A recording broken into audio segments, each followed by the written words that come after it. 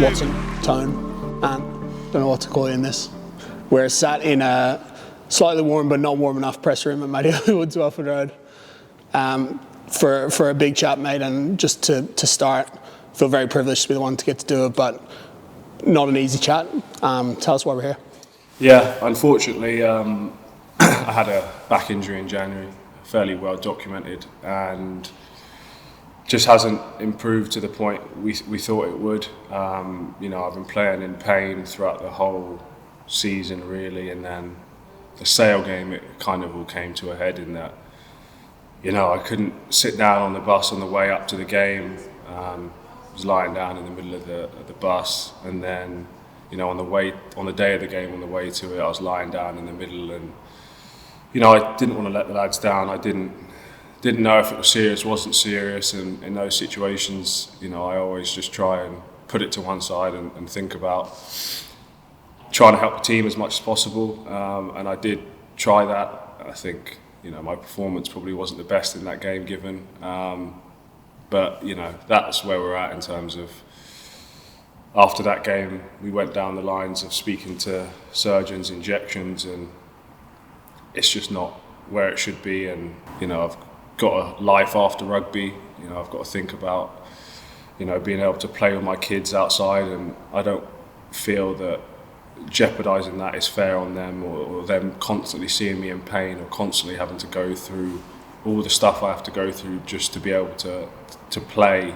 in terms of when I am at home, icing, lying down on the sofa, hanging upside down, sitting with a laser on my back, like it's just non-stop, and it takes away from family life. And I'm at the point now, given the surgeon's comments around where I'm at, combining that with obviously wanting to be around it and support and be the dad I should be, it's kind of, I guess, raised its head.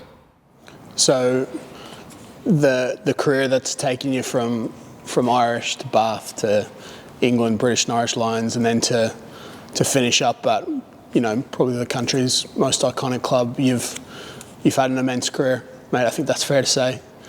I think it almost feels right to start with this season in a way, because despite all those incredible achievements, and maybe we'll touch on a few of them, I had a moment with you, I think after the Newcastle game, where you'd fended off their winger and scored in the corner, where I was like, wow, look, that's Watson, like Tone's here, and you're like, mate, no, I'm playing through some serious pain here. Can you talk to us about what it took to get on the field this year, to start in a Leicester Tigers jersey, to score a try in a Leicester Tigers jersey? You said your performance in Sale, but I mean, mate, from what you're describing, it sounds pretty incredible that you were even able to get out on the field this year. Yeah, I mean, if I go right back, I had an injury in January that required a surgery on my back. And we were trying to avoid that as much as possible, because, surgery on your back is not something to be messed around with. And we decided that was the best option. So we did that. And then as a result, we had a whole bunch of complications that meant that throughout sort of January through till probably, through to December really, I guess I had varying levels of pain, varying levels of function. I had all things from muscle weakness to, like I said, inability to stand up, inability to sit down.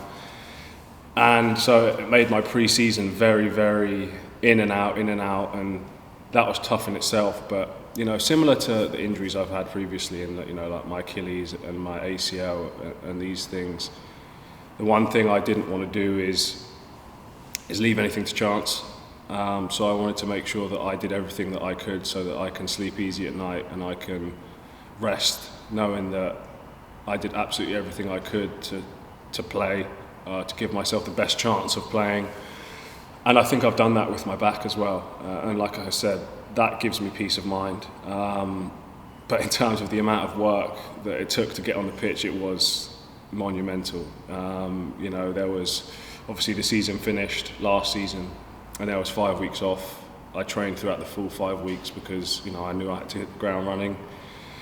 And like I said, there were still periods of management in and out, but there was some level of pain there throughout, and I was hoping that eventually it would get better or go away, but it did the opposite, and unfortunately, that's why we've had to call it a day. Sitting here now, having maybe some peace of mind that you've given it all and you did get on the field for one last crack at it. Do you think back to the start and your whole journey, and just tell us, I suppose, about when did rugby come into your life and how did it all start? We could go all the way back. I mean, I first started because of my dad and my older brother.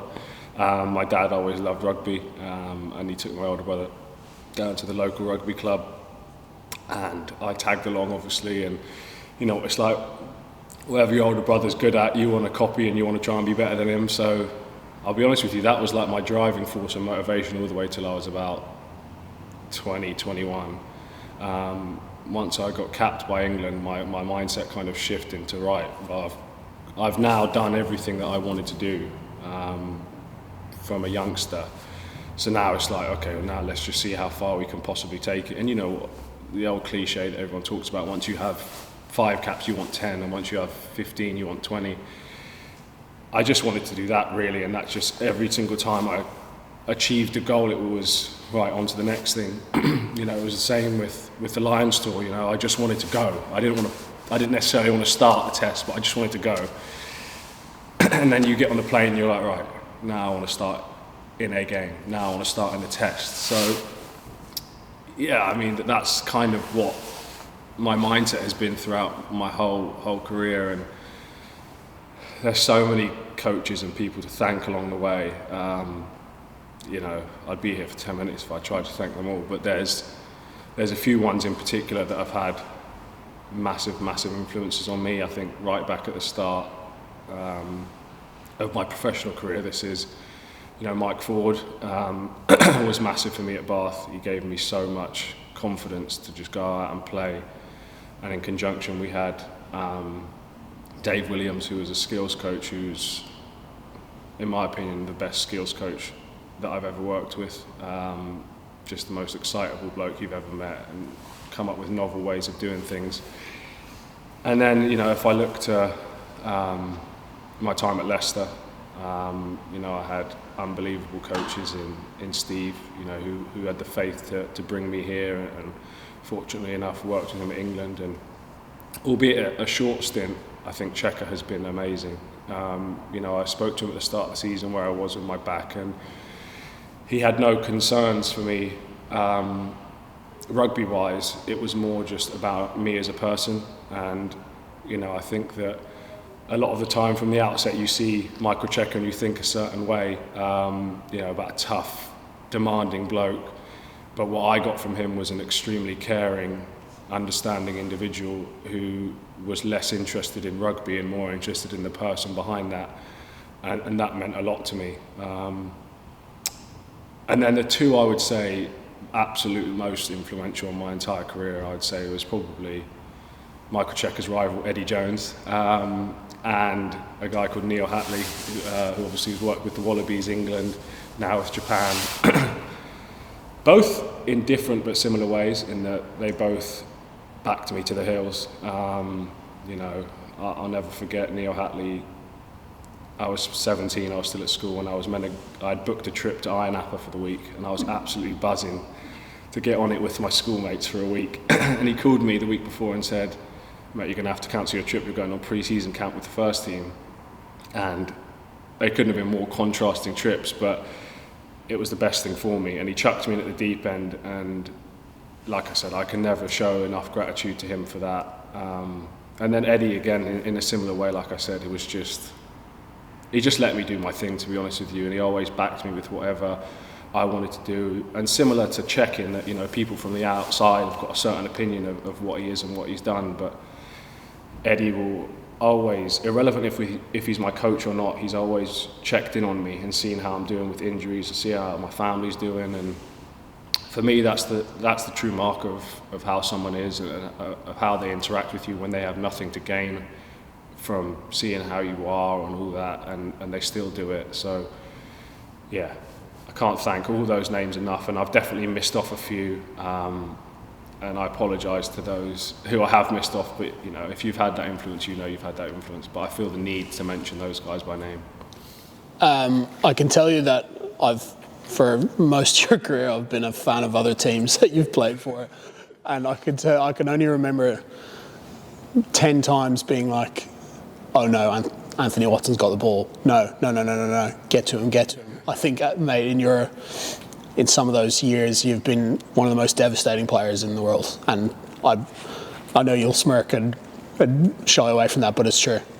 Is there little moments that you remember where you're just flying and your feet were doing things that everything your mind wanted, and you just felt totally free and like no one could touch you? Are there games, are there moments that you remember from those times?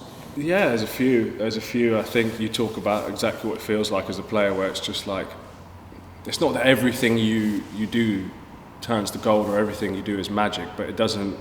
In those moments, everything just comes and goes so quickly that no matter what happens, you know, it doesn't make a difference to your mental state. You're just in it, and more often than not, the good stuff outweighs the bad. And I think back to a few of those games. You know, I'd say that 2015 World Cup warm-up game against France was definitely one like that. And then the 2019 World Cup knockout phase, apart from the dreaded final, which we won't talk too much about. That whole period, I felt like I was just in a flow. And then at club level, yeah, there were phases of the 2015 season with Bath, and I'd say my first season here with Leicester, there was definitely a little bit of that. I would have liked it more, but I think when you're in and out, as I've unfortunately been, it's really hard to get that flow. But yeah, there's definitely a few games that I look back on with really fond memories. Say the 2016 Grand Slam game is definitely one like that, but that one was even more special because I felt like the whole team was on that same flow. You mentioned maybe not the Leicester stint, maybe not going how you wanted it to and not getting into that flow, but I think it's fair to say, having seen you in the group, that you're one of the boys' favourites to just have around, and your presence alone has been so valuable. How did it feel turning up to Oval Park that first day? As you know, you'd obviously had such a prominent career already before you turned up here. So how did it feel, sort of first day in school at Oval Park? I was so sketchy, I'm not going to lie. Where do I start? I mean, I'd heard some of the rumours about Leicester, in that, you know, a lot of contact, not too much, you know, flair and all that stuff, and down to business, crack on.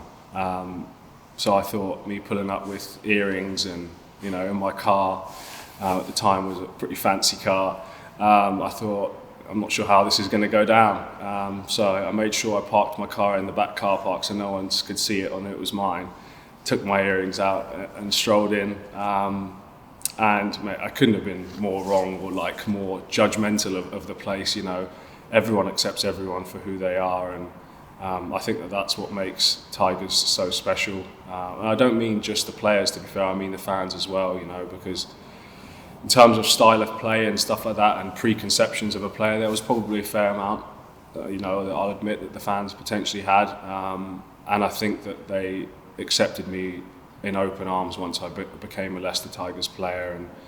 And that is definitely something that makes this place so strong, is that, you know, once you're one of the team, and I guess from a fan's perspective, once you're one of the team or one of the players, they'll back you to the hills, and that gets you a long way, and you feel that as a player. So I can't thank the fans enough for that. I know that I've probably not been on, like you said, on their best side, given how much I've missed.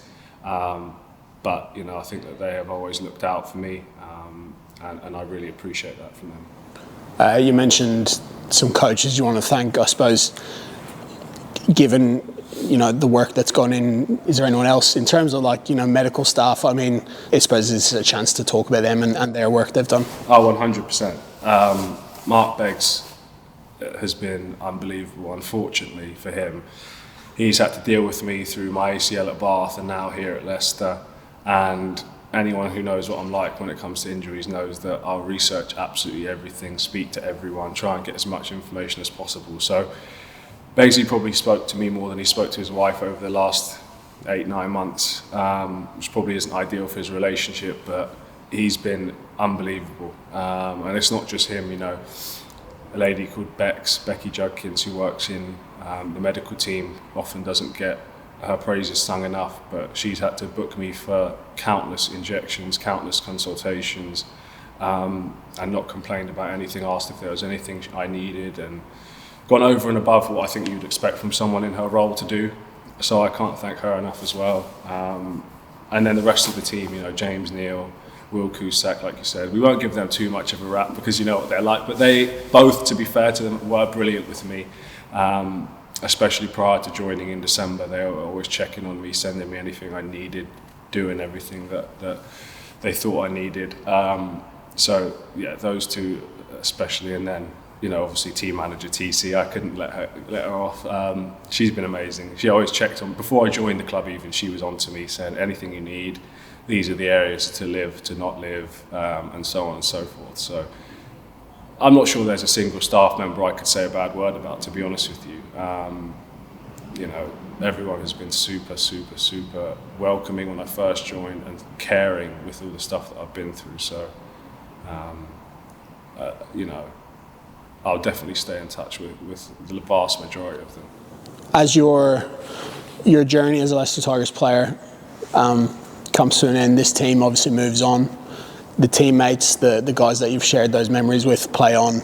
How will you move forward now as one of their former teammates and I suppose maybe even a fan of the club? What can they achieve this year, and will you be watching on hoping they go and do something special?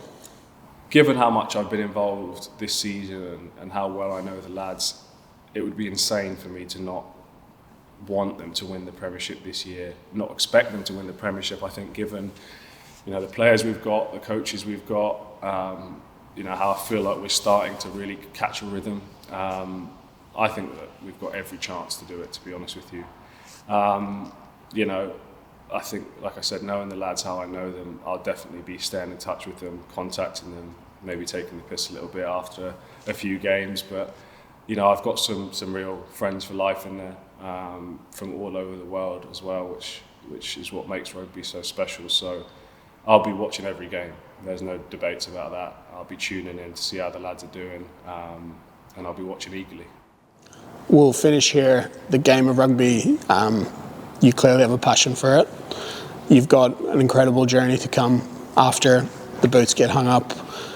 We won't talk about life, what's next, because you've got some family time, I suppose, booked in. But what would you like your relationship with the game of rugby to be now that the playing days are over? If you're asking me if I'll be a coach, I think that the chances are approximately 0%. I do not have the patience for that, all the time, commitment, there's no way.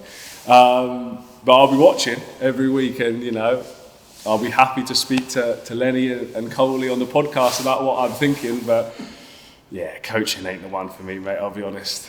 Fair play to all those coaches out there, but it's not for me.